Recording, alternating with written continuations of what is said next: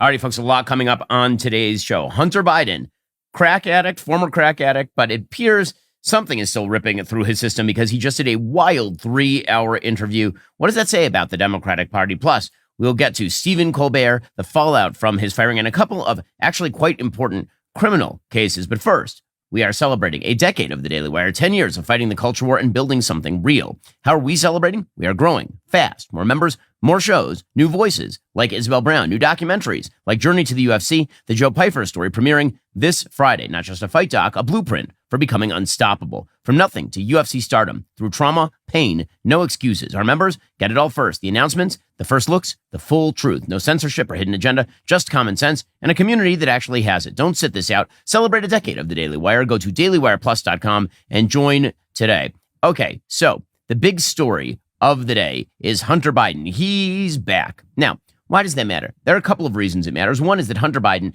is a stand-in for his father. When Hunter talks, Hunter is speaking for Joe Biden. And when he speaks for Joe Biden, he's speaking for, believe it or not, the establishment wing of the Democratic Party in some interesting and weird ways. And so what he has to say about politics is sort of relevant. Also, Hunter Biden's exposure of the entire left for the fraud that it is because of his father is quite incredible.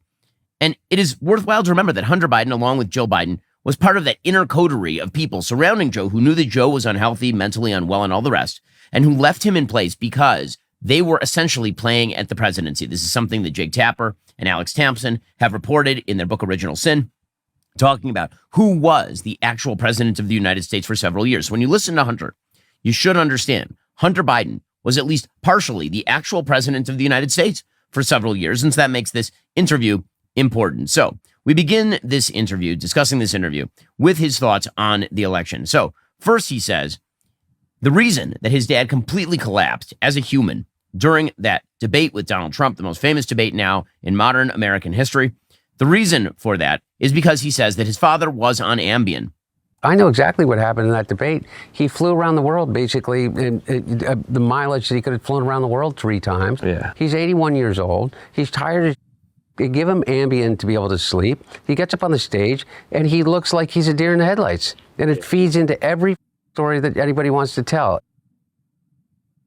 So it was the Ambien. It was not that his father was not sentient. So first of all, who gives an 81-year-old man Ambien on a flight knowing what the predictable results of that will be hours later? I mean, there are just certain materials that you take when you fly. Now, if you take too much melatonin, you could be zonked the next day. Ambien will absolutely... So they gave him to that like the day before or the night before the debate. First of all, if that's true, it shows that his advisors were in some ways sandbagging him. But beyond that, it's obviously not true that that is the reason why Joe Biden has been in a state of collapse for several years at this point. Hunter admits that Nancy Pelosi is the person who drove Biden out of the race. Here he was.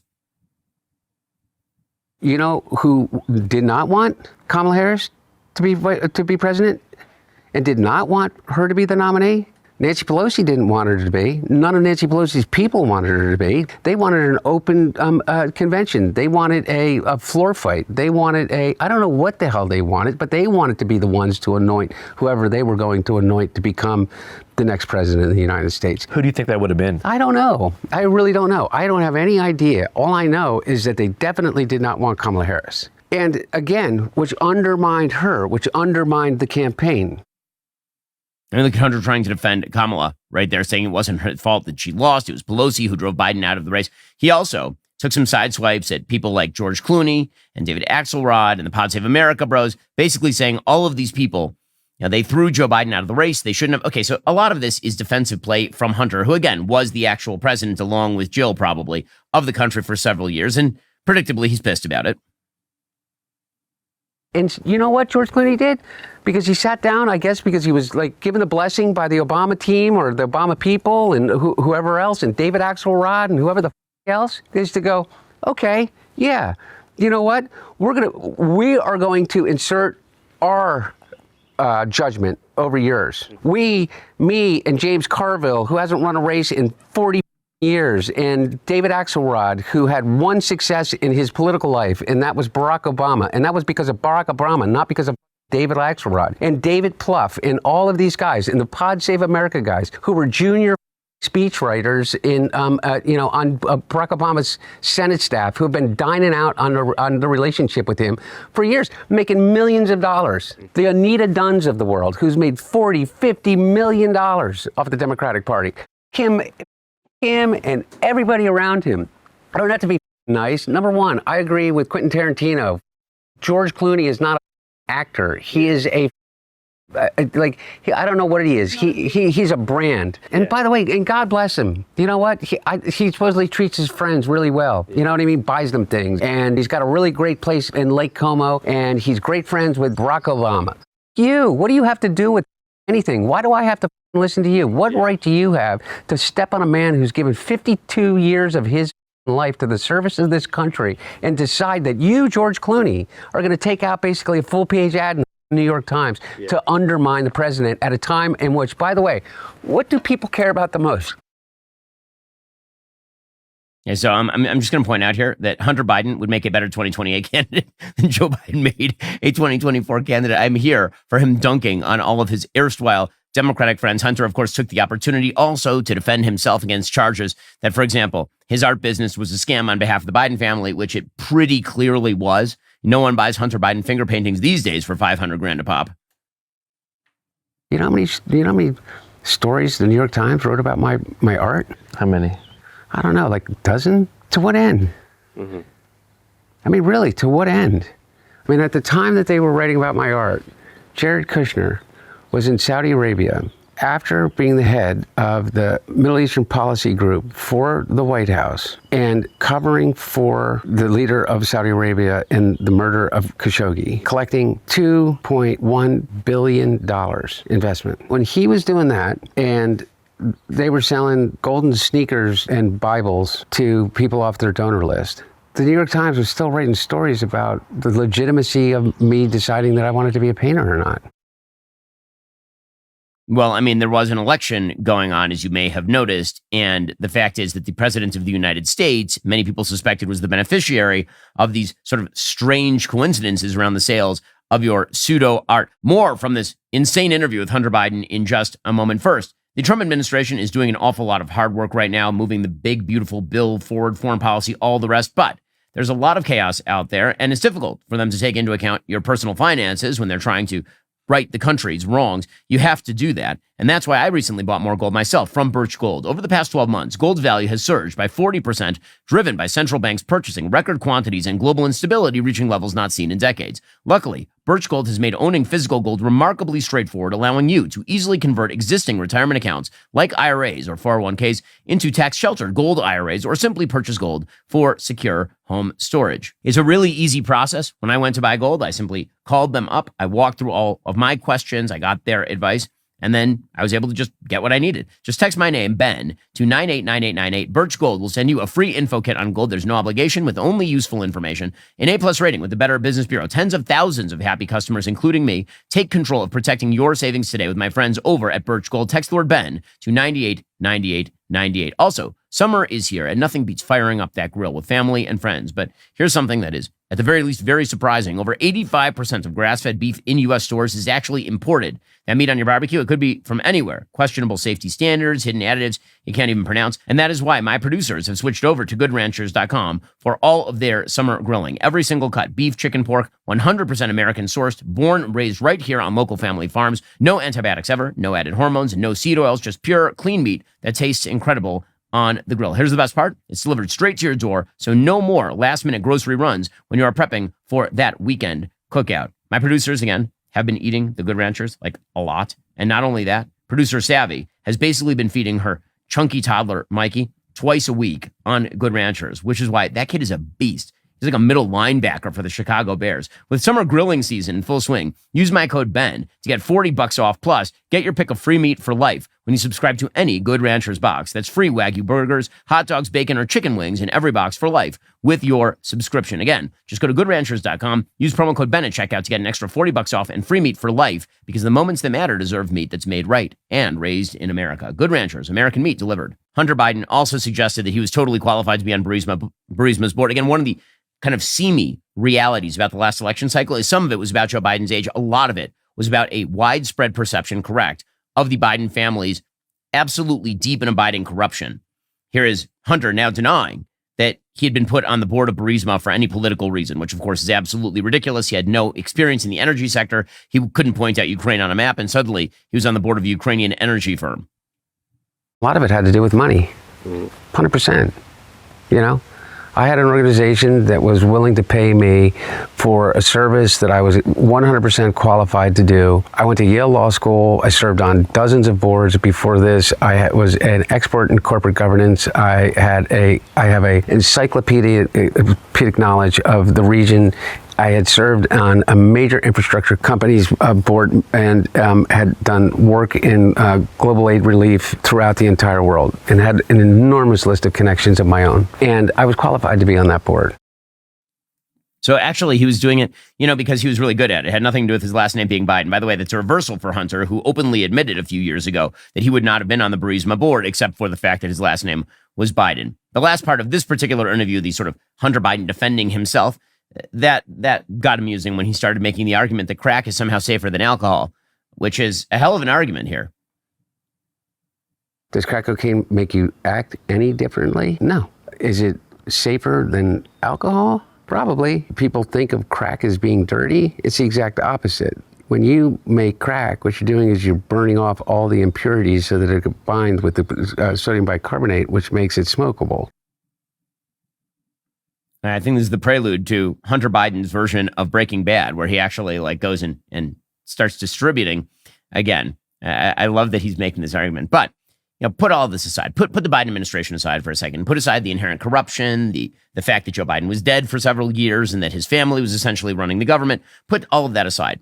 If you see Hunter as a stand-in for the sort of Joe Biden moderate wing of the Democratic Party, things start to get kind of interesting because Hunter Biden also spoke here about policy. And there are two particular issues where Hunter Biden put specific focus. And those two issues were on illegal immigration and Israel. And these are the issues where Democrats are completely at odds with the American people, but they will not let it go. They're more likely to let go of the trans issue than they are to let go of illegal immigration, open borders, as well as the sort of new thing of the moment, which is the idea that Israel is the great victimizer in the Middle East and the Palestinians are the great victims in the Middle East, including Hamas, the Palestinian Authority, Islamic Jihad, and all the rest. And this is sort of fascinating because if you're trying to figure out the direction of the Democratic Party, if you're trying to get out the divining rod and determine which direction the Democratic Party is going to move into, the sort of more moderate side or the more radical side, you have to understand the moderates are already caving to the radicals.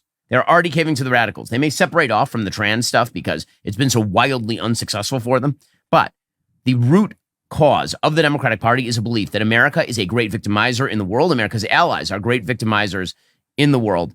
And therefore, America ought not have borders. And also, America, her foreign policy should essentially be to abandon any strong ally as long as it is beneficial to the Democratic Party to do so. There's sort of third worldism that is set in the Democratic Party. I don't mean in the radical wing of the Democratic Party. I mean in the mainstream Joe Biden wing, because Hunter Biden, remember, was Joe Biden's brain, at least the part of it that was semi-functional. So here was Hunter Biden going off on President Trump's crackdown on illegal immigration. Am I going to be like all these Democrats say, you have to talk about and realize that people are really upset about illegal immigration. How do you think your hotel room gets cleaned? How do you think you have food on your table? Who do you think washes your dishes? Who do you think does your garden? Who do you think is here by the sheer just grit and will that they figured out a way to get here because they thought that they could give themselves and their family a better chance? And he's somehow convinced all of us that these people are criminals? White men in America are 45 more times likely to commit violent crime than an immigrant. Okay, so he actually concludes that statement that white men are more likely to commit crimes than immigrants by suggesting that we should actually force El Salvador to send back illegal immigrants, which is funny since the ones we're sending to El Salvador are by and large people with actual criminal records. These guys think that we need to run away from all values in order for us to lead. I say, you. How are we getting those people back from in El Salvador? Because I'll tell you what, if I became president in 2 years from now, or 4 years from now, or 3 years from now, I would pick up the phone and call the president of El Salvador and say, you either send them back or I'm going to invade. It's a crime what they're doing. He's a dictator thug. Bukele or Trump? Both. Now, again, the reason this is important is because Hunter was Joe Biden's partially functioning brain during the administration. This is the Democratic Party perspective on illegal immigration. America ought to be an open borders country because unfettered immigration without any sort of real security, without any sort of concern about cultural assimilation is an effective good. That is something the Democratic Party deeply believes. And as we start discussing 2028 candidates, understand there will not be a Democrat on the stage who significantly calls for border security. It will not be a thing. It's not just with regard to immigration. The Democratic Party also realizes that the energy in its party is very much on the side of third worldism. The sort of Zoran Mamdani belief that the third world has been victimized by America and her allies, and therefore the third world must have her revenge. So, for example, Hunter Biden was talking about the dramatic increase in anti-Semitism under his father's administration, which is certainly a thing that happened. And he says the real reason for that is because of the Israelis. The Israelis created the anti-Semitism. So, in other words, after Hamas murdered 1,200 Jews in Israel and took 250 hostage, a couple of dozen of whom are still being held hostage after a year and a half, that it's Israel's fault that the anti-Semitism broke out. I think it's probably the most prescient thing that's been written about this in at least many months. Tom Friedman wrote a thing, is that the worst thing that's happened to the people, the Jewish people, is the Israeli government. Jewish people globally, the threats to their lives, the anti-Semitism that it has generated. The worst thing that's happened to the Jewish people is the Israeli government, according to Hunter Biden. And then he brags about how his father tried to hamstring Israel in its pursuit of getting back its hostages and ending Hamas, an actual, honest-to-God, American State Department-designated terrorist group in the Gaza Strip. He took away the bunker-busting bombs from the Israelis. He tried to curtail Netanyahu's thing. He forced Netanyahu to open up shipping lanes and aid lanes at the Rafah crossing to be able to get food aid in. He put pressure over and over and over again. And now, by the way, that is not even remotely happening. What is happening is that they were bombing food lines. There's no one in there to be able to record it. The World Food Program, the UNHCR, none of the aid organizations are able to make it in. Doctors Without Borders no longer can make it in. There have been more journalists killed at this war in Gaza than in any other war combined. And nobody's doing anything about it. I mean, this is propaganda on behalf of Hamas, we should point out here, because the reality is that the Gaza Humanitarian Foundation, the GHF, which has been actually facilitating the entry of aid into Gaza, as we'll discuss a little later on in the show, has been denying Hamas access to the food, which is why Hamas is shooting people and then attempting to insinuate itself among the population in order to shoot at Israeli soldiers who then respond. That is the real thing that's been happening in the Gaza Strip. But again, these are the parts of the Democratic base that the Democrats are trying to woo. It is very important to them, illegal immigration and third worldism. There is no systemic immunity for the Democratic Party against their radical base. It does not exist. So if you think they're going to nominate somebody who's quasi-moderate in 2028, wrong you are. It is not going to happen. This is a party that is an empty vessel that has no direction forward. The supposed moderates in its own coalition are completely unable to argue their way out of a paper bag against the so-called progressives in their coalition. So James Carville, his solution, James Carville, is basically that the Democratic Party ought to ignore its own agenda and simply just rip on Trump. That's the only way to somehow appeal to moderates in America, according to James Carville. Quote, constipated, leaderless, confused, a cracked out clown car, divided. These are words I hear my fellow Democrats using to describe our party as of late. The truth is, they're not wrong. The Democratic Party is in shambles. Zoran Mamdani's victory in New York City's Democratic mayoral primary wasn't an isolated event. It represents an undeniable fissure in our political soul. We are divided along generational lines. Candidates like Mr. Mamdani are impatient for an economic future that folks my age are skeptical can be delivered. We are divided along ideological lines. A party that is historically allegiant to the state of Israel is at odds with a growing faction that will not look past the abuses in Gaza and the West Bank. From Medicare for all purists to Affordable Care Act reformists, the list goes on and on. The Democratic Party is steamrolling toward a civilized civil war. It's necessary to have it. It's even more necessary, says James Carville, to delay it. Basically, hope for a savior. Quote, the only thing that can save us now is an actual savior, because a new party can be delivered only by a person. See Barack Obama in 2008 and Bill Clinton in 1992. No new party or candidate has a chance to break through until November 2026. Until then, We must run unified in opposition to the Republicans and gain as many House seats as possible. So that's his plan. His plan is, yeah, there's a civil war, and you can hear James Carville, supposed moderate, is already caving to Zoran Mamdani and the progressives. This is the biggest problem for the Democratic Party. Hunter Biden, again, is a supposed representative of the moderate Joe Biden wing of the Democratic Party, and there are zero issues in which he can argue against the far left of his party. It just doesn't exist. And so no matter how many Democrats emerge from the woodwork to try and argue against this, they keep getting shouted down. Representative Adam Smith, Democrat of Washington, he's trying to dissociate from the Mamdanification of the Democratic Party. He says the mayor of New York isn't the leader of the party or anything. What do you make of his candidacy? Yeah, well, look, the mayor of New York has never, ever been the leader of the Democratic Party. What we need to focus on is the message. I was listening to Senator McCormick. They just voted for a budget, the Republicans did, that added $3.5 trillion to the debt. The Democratic Party, again, has no systemic immunity to any of this. And this is why, for example, AOC is actually in quite good shape to be a Democratic nominee in 2028. I'm telling you, they're selling her short. Anybody who's telling you AOC is not a serious candidate is just wrong about this. Now, again, she is going to continue to stump for open borders. The biggest question for Democrats is not a question of candidates. It's a question of how well the country is doing. If the economy continues to do really well under President Trump, Democrats are going to have a very difficult time going forward. If the economy were to sink, AOC is incredibly well placed, and even her insane open borders perspective is going to be swallowed by a large percentage of the population seeking revenge against a Trump Republican Party if the economy goes the other way. And that's just the way economics works in the United States. Whichever is the party in power, if the economy goes south, gets blamed for it. Here is AOC, who is mirroring exactly what you heard Hunter Biden saying about illegal immigration just a moment ago. There are consequences to ripping up law-abiding, dutiful, undocumented people from their country. There are consequences. Now, AOC has been attempting, as you can see from her policy, to moderate in certain particular ways to keep one foot in sort of every camp. She doesn't want to be labeled with the full-scale Zoran Mamdani, Ilhan Omar anti-Semite brush. And so instead, what she's doing is one time she cried when they refunded Iron Dome in Israel. This week, she voted against cutting U.S. funding for Israel completely. There was a bill that was on the floor to completely cut the funding. She voted against it. And her office in Westchester Square in the East Bronx was splattered in red paint and adorned with a sign reading AOC funds genocide in Gaza. But this, again, is a problem for the Democratic Party, is that in the end, they are not going to be able to repel the far left. They're turning into a far left party. No one's going to stop it. And Hunter Biden and Joe Biden are a perfect example of this.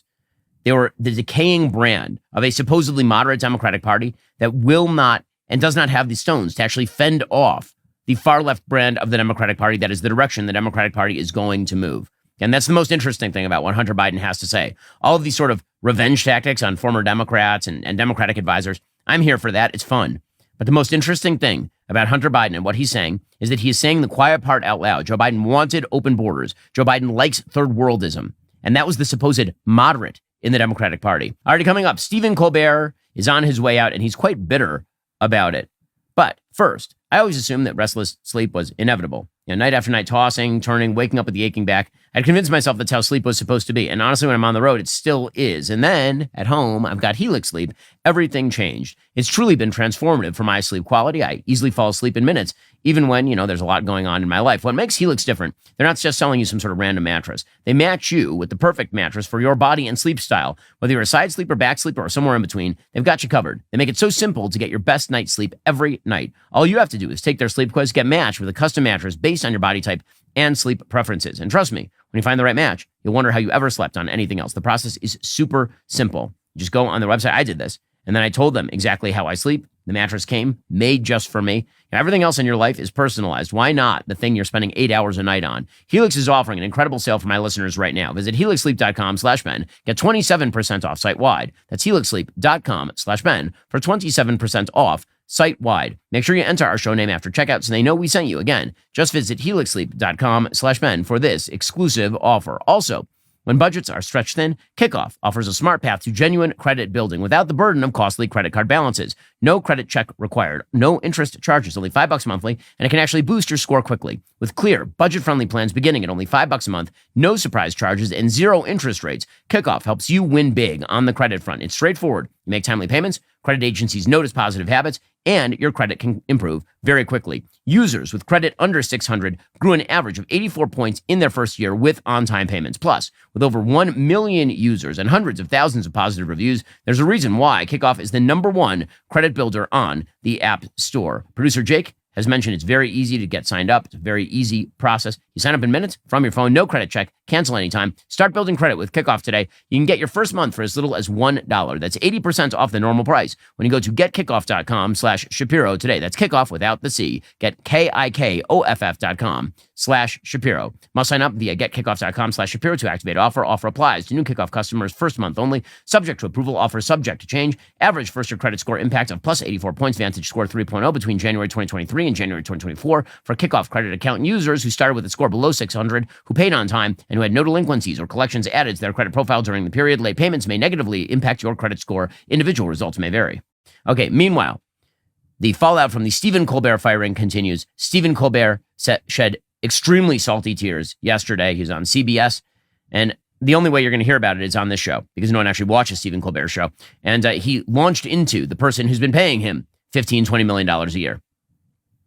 Over the weekend, somebody at CBS followed up their gracious press release with a gracious anonymous leak saying they pulled the plug on our show because of losses pegged between $40 million and $50 million a year. $40 million is a big number. I could see us losing $24 million, but where would Paramount have possibly spent the other $16 million? Oh, yeah.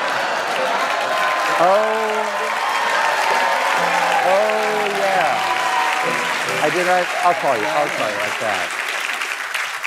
Still, that's still a lot of money. I mean, where does the Late Show rank? Jim, what other companies lost that kind of money last year? Red Lobster? Damn it, I told them we should stop offering the audience unlimited shrimp. Maya, take it away. Take it away.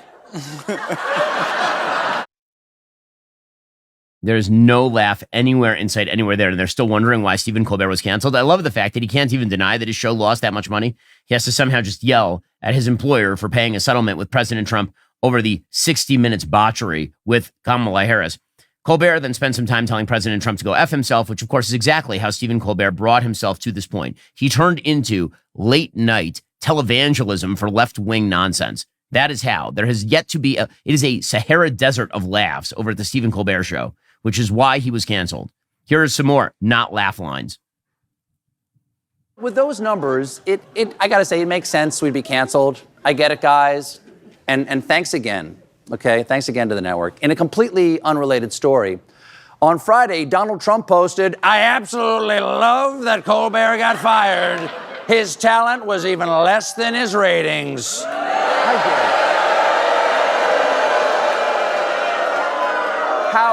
you? How dare you, sir?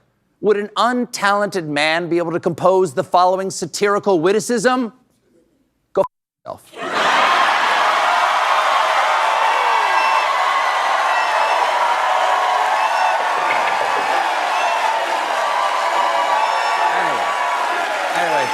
Anyway. God, he is so funny. He is so funny. He is so unfunny. It's amazing how unfunny he is. That guy held down a late night slot for several years in real life. That's crazy. Well, one of the people who's very upset about this was, of course, Stephen Colbert's original mentor, Jon Stewart. I'm old enough to remember when Stephen Colbert was funny. And the answer is when he was a correspondent for Jon Stewart. And then he stopped being funny. Well, Jon Stewart was very upset about this as well. He came to defend his friend. I will note again that one of the funniest things about Jon Stewart is his age. So Jon Stewart is currently 62 years old, and he's still cosplaying as a cynical 33-year-old. Here we go. Shows that say something, shows that take a stand, shows that are unafraid. And not to, believe me, this is not a, we speak truth to power. We don't. We speak opinions to television cameras. But we try every night. And if you believe, as corporations or as networks, you can make yourselves so innocuous that you can serve a gruel so flavorless that you will never again be on the boy king's radar. A, why will anyone watch you? And you are wrong. Again, where are the laughs? And the answer is you became hectoring scolds. That is the reason why the failure is occurring, is the hectoring, scolding. There's nothing funny or interesting about any of this. You can blame that on Donald Trump, but the reality is you guys got in your own heads over Donald Trump, and there's nothing you could do about it, and all the humor left your body the minute that happened. Okay, meanwhile, with the Democrats in disarray, they are trying to hone in again on the Epstein case. They just keep honing in on the Epstein case as though there is tons more to find. And so Democrats have been trying to force votes on Epstein in the House.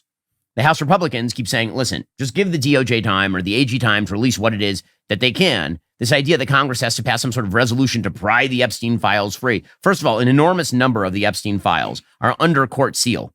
Okay, so you actually have to apply for a court release. Second of all, there are FBI procedures and protocols before you simply release stuff into the public arena. The Democrats know this. The Democrats don't care about the Epstein stuff. They don't care about this at all. It is a completely cynical play by the Democrats. This is the point that Speaker of the House Mike Johnson is making. We need the administration to have the space to do what it is doing. So no vote on this resolution before August 5th. Yeah, again, the reason that Speaker Johnson is doing this is basically he is saying that the administration is going to release what it is going to release. The idea there's some sort of massive cover-up is a botchery. Again, that botchery should be laid at the hands of Pam Bondi, the Attorney General, who went out there and claimed that there was all this material that led to a particular conclusion and then dropped the news that actually that conclusion was wrong and the material did not lead there in the first place. Representative Ralph Norman and members of the House Rules Committee is accusing Democrats of grandstanding and says Republicans refuse to give the minority party an endless microphone. Steve Scalise, who is the House Majority Whip, he says, at the end of the day, Democrats are yelling and screaming. They spent 4 years covering up for Epstein. And, at least President Trump in the court is right now trying to get documents released. I really think you're going to see, hopefully, a lot unsealed from that. And then we've got some other options as well.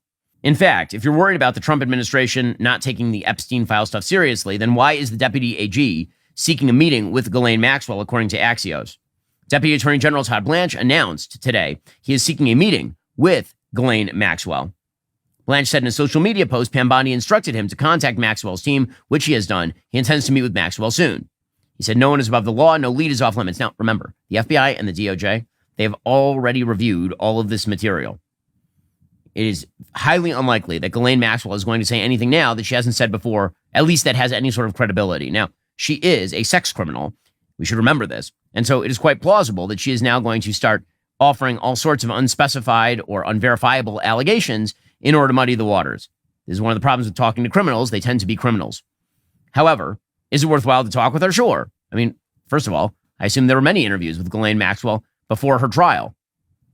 Blanche said in a statement, the Department of Justice does not shy away from uncomfortable truths, nor from the responsibility to pursue justice wherever the facts may lead. Blanche added that the FBI and DOJ's joint statement sent earlier this month regarding Epstein, quote, remains as accurate today as when it was written. He said, President Trump has told us to release all credible evidence. If Ghislaine Maxwell has information about anyone who has committed crimes against victims, the FBI and DOJ will hear what she has to say.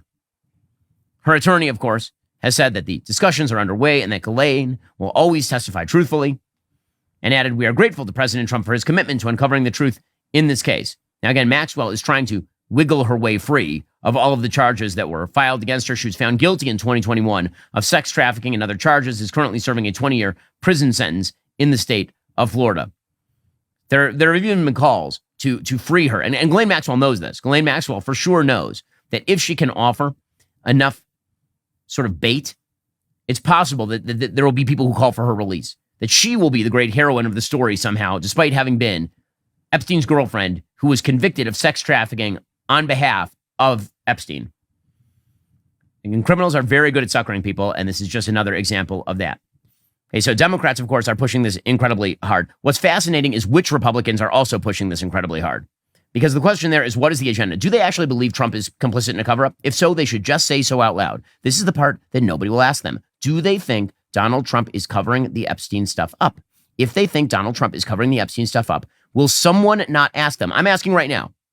I'm asking Marjorie Taylor Greene and Thomas Massie, if you think Donald Trump is covering up the Epstein stuff, what is it that you think he is covering up and why? Can you please just explain it? Seriously. You're the ones making the claim a cover-up is going on of such utter epic proportions that there must be a congressional resolution to pry the files out of these hands.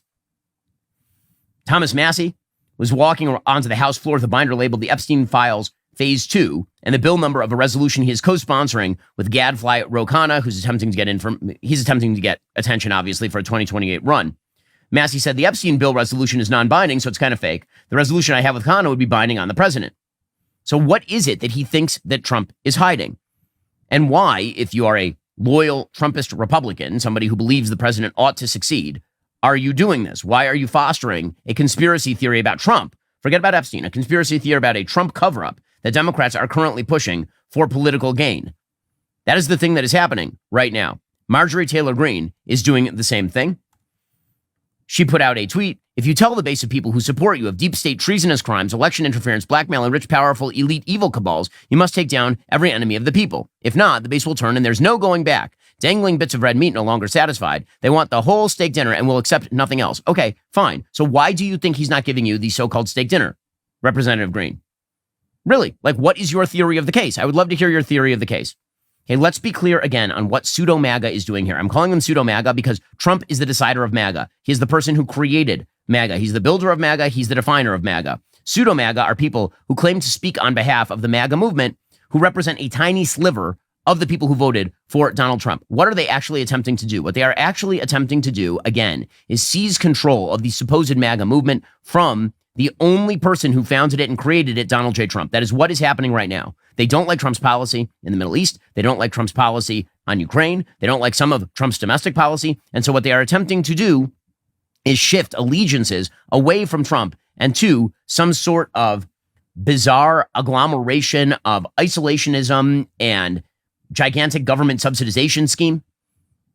I mean, Massey is on the isolationist side. He's not on the giant government spending side.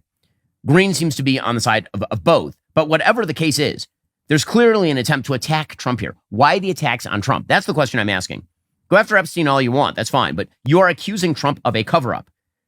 So if you're accusing Trump of a cover-up, the question is, what's the theory? Or is it a cynical play to attempt to drive down Trump's favorables and seize control of the movement that he built? Because that's what it looks a lot like. That's my theory of why you are doing what you are doing.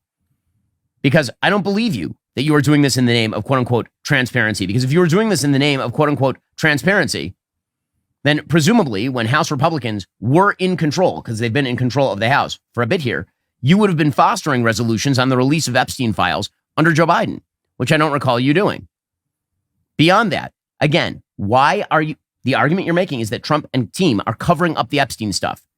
If you are if you find yourself on the same side as Ro Khanna on this issue, I'm just wondering why exactly we should consider you loyal members of MAGA if this is indeed about supposed loyalty to MAGA, which is what Taylor Greene is making it all about.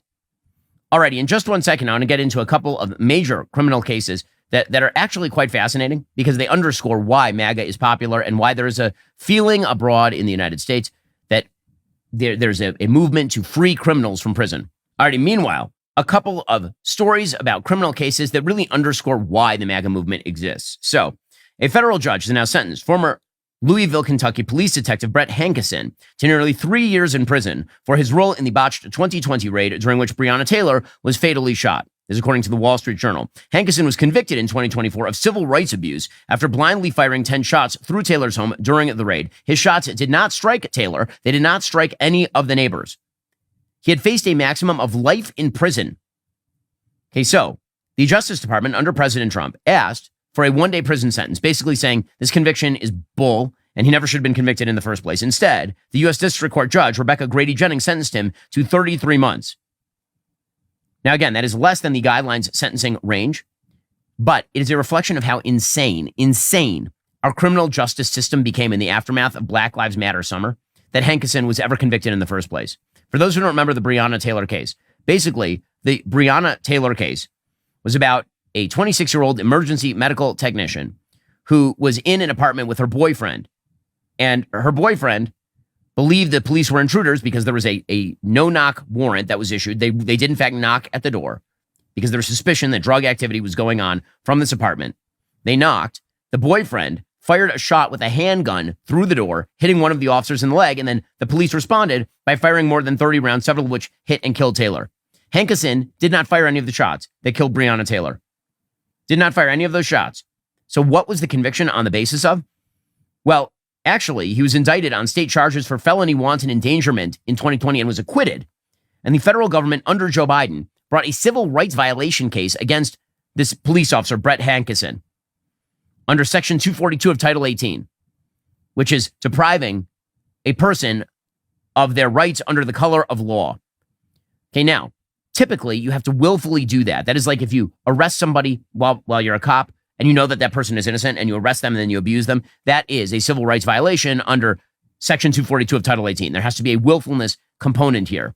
The DOJ's original statement on the conviction of Brett Hankison suggested, according to Attorney General Merrick Garland, today, Brett Hankison was found guilty by a jury of his peers for willfully depriving Breonna Taylor of her constitutional rights.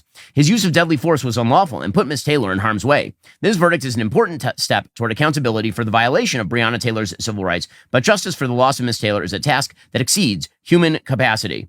So I asked our friends over at Perplexity, our friends and sponsors, aside from Brett Hankison, are there any other prior cases of 18 U.S.C. 242 being used to convict a police officer for recklessly firing at a suspect during a situation in which officers were lawfully present and being fired upon at the time?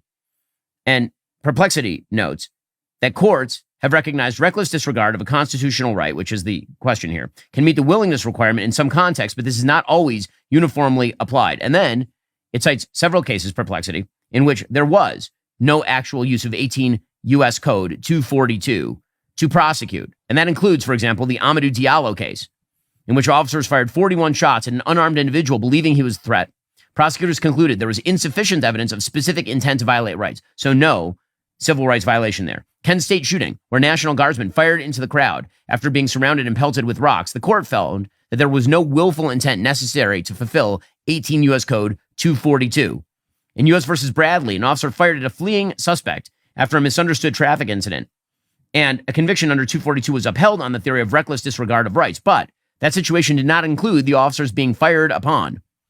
In fact, says Perplexity, a review of available legal analyses and commentaries reveal that prior to cases like Brett Hankison's, it is extremely rare, if not unprecedented, for federal prosecutors to secure a 242 conviction against an officer for recklessly firing at a suspect during an incident where officers were lawfully present, officers were themselves under fire, and the conviction was based on reckless gunfire, not sexual misconduct, theft, or anything else. There appear to be no documented cases, none, before Brett Hankison, where an officer was convicted under 18 U.S. Code 242, specifically for recklessly firing at a suspect during a lawful police operation where officers were actively being fired upon.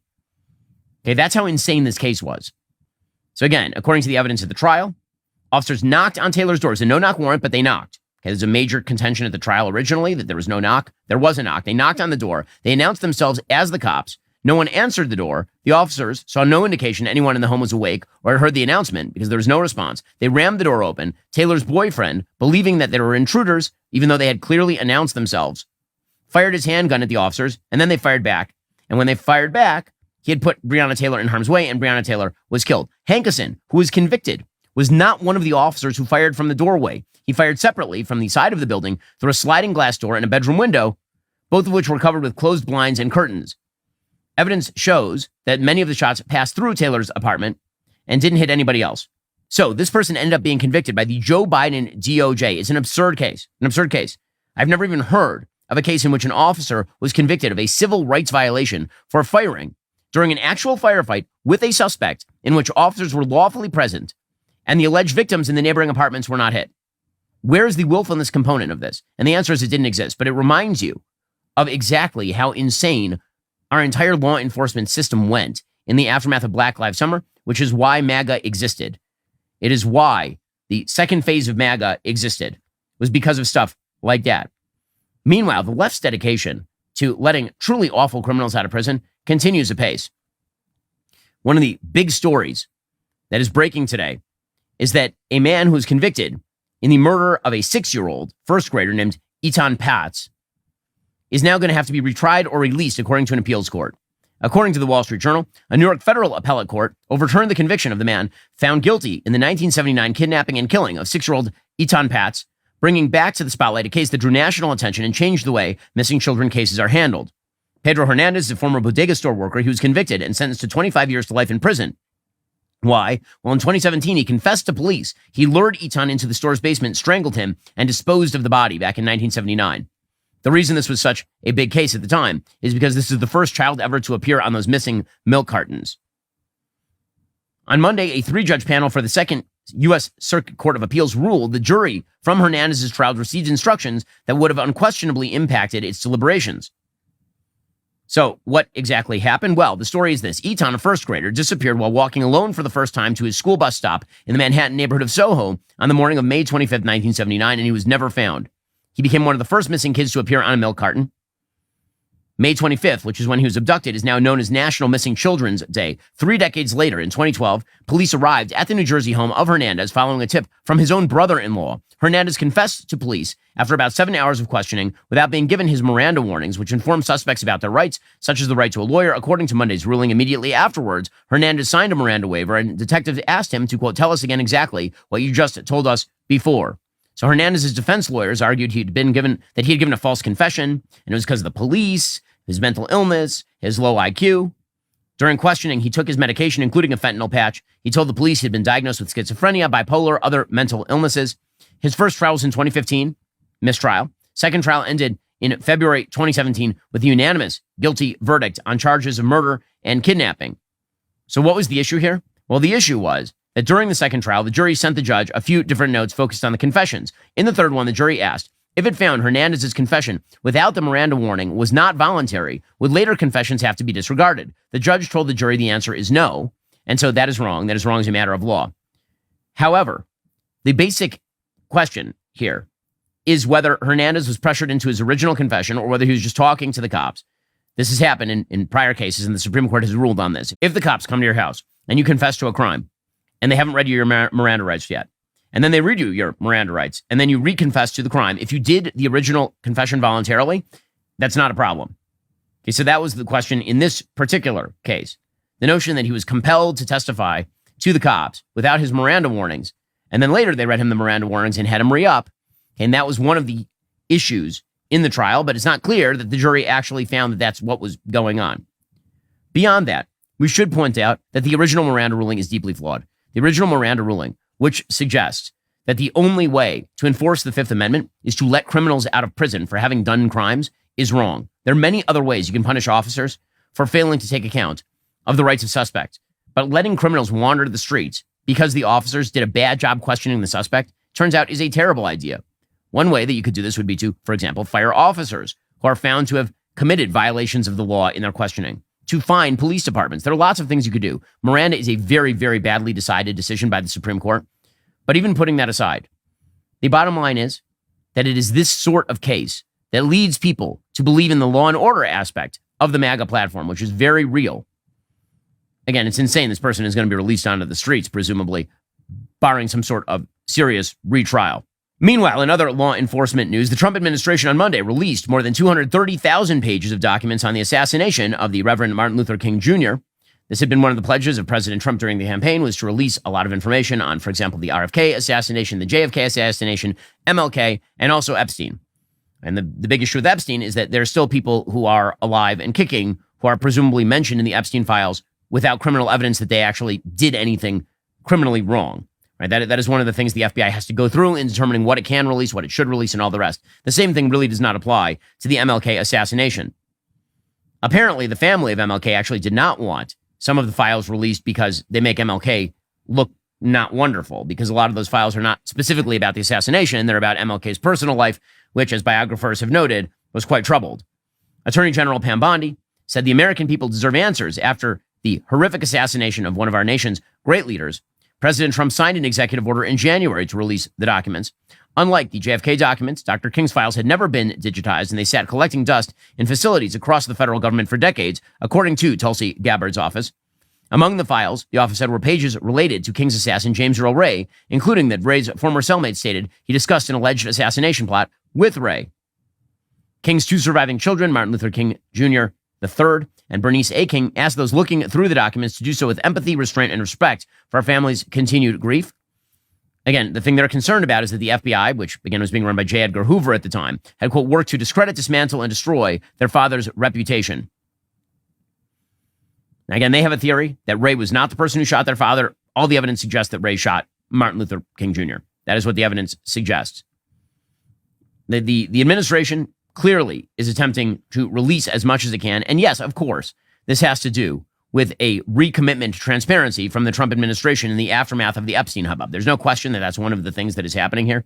But to suggest that this is some sort of fundamental failure by the Trump administration, that they don't have to go through different procedures and protocols with regard to a half-century-old file, as opposed to stuff that is currently ongoing with living people, that, of course, is incredibly silly.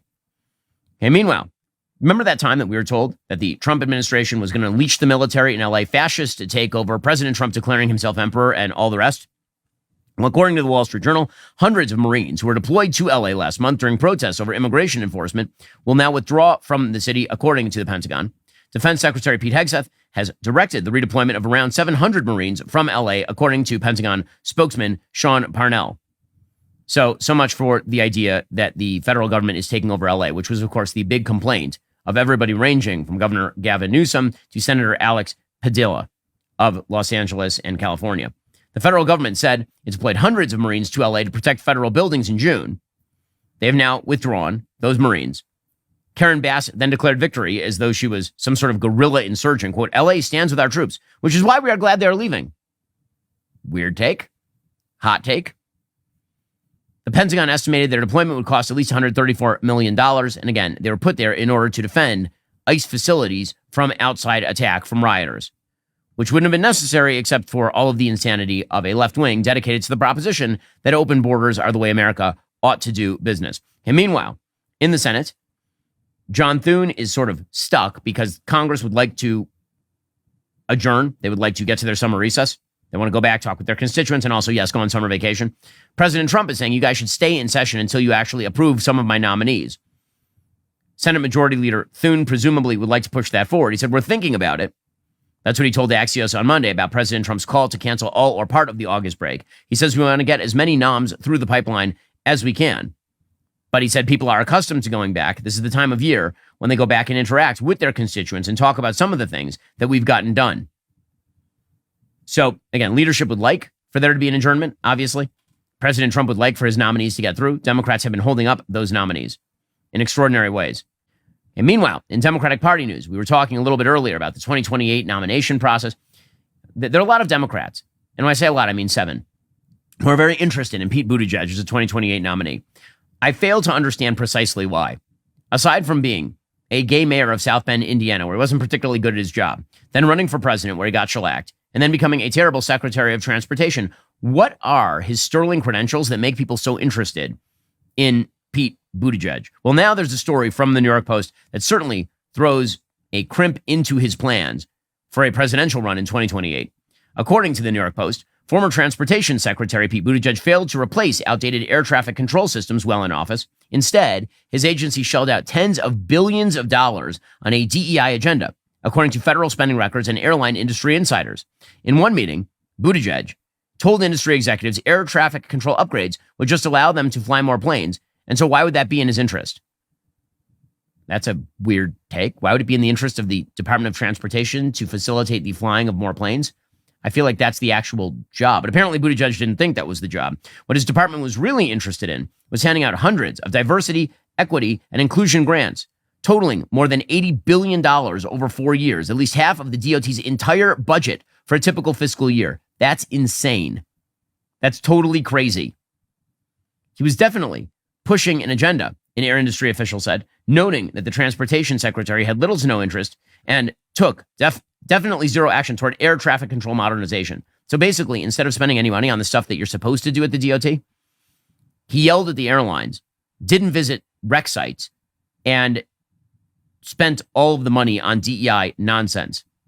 The air industry official said at first, the DOT and he were reluctant to say there was an air traffic controller shortage or that the shortage had anything to do with flight delays or flight cancellations. Now, spokesperson for Buttigieg rejects the claims and points to increased air traffic controller hiring and software changes. But as everyone knows, things did not get markedly better under Secretary Buttigieg. The DOT's Bureau of Transportation statistics show most flight cancellations, 54.3%, were caused by weather. 1/3, 34.7%, were attributable to air carriers. 10% were due to failures in the national aviation system. 80% of flights were on time. 7% of the delays were due to air carriers, 7% late arriving aircraft, 5% to the aviation system. So, he's trying to argue that actually he spent the money correctly, that it actually went to facilitate the hiring at the FAA and all of the rest.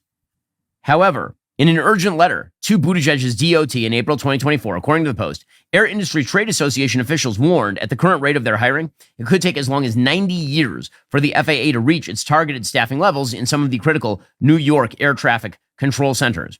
At the same time, the focus of the department under Buttigieg also shifted, with roughly 400 DEI-related grants approved, according to a review of federal spending between 2021 and 2024. Just 60 grants for diversity, equity, or inclusion initiatives were approved during the previous administration. So 60 grants compared to 400 grants under Buttigieg. Biden's $1.2 trillion infrastructure law in 2021 provided a lot of the funding. But again, the spending was out of control. So Buttigieg would yell at the airlines while simultaneously spending billions of dollars on DEI initiatives. This is what you're going to run, Democrats? This right here? It's a strange move. Cotton, we'll see how it works out for them. Alrighty, folks, the show continues for our members right now. We'll hop into the mailbag and take some of your questions. Remember, in order to watch, you have to be a member. If you're not a member, become a member. Use code Shapiro at checkout for 2 months free on all annual plans. Click that link in the description and join us.